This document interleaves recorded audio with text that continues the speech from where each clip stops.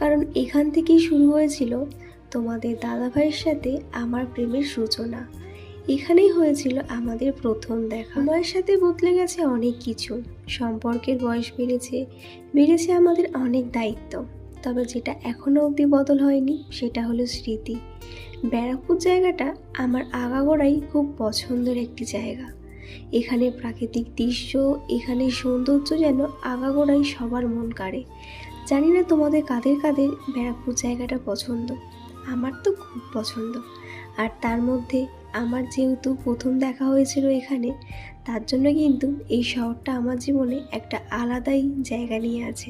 অনেকেই জানো আমি গিয়েছিলাম রিসেন্টলি বাড়ি, আর এই ভিডিওটা শ্যুট করেছিলাম সেই বাড়ি থেকে ফেরার দিনই। তখনই ভেবে নিয়েছিলাম তোমাদের সাথে এই ভিডিওটা একটু অন্যরকমভাবে শেয়ার করব। জানি না তোমাদের কতটা কি ভালো লাগলো, তবে জানো তো আমার কি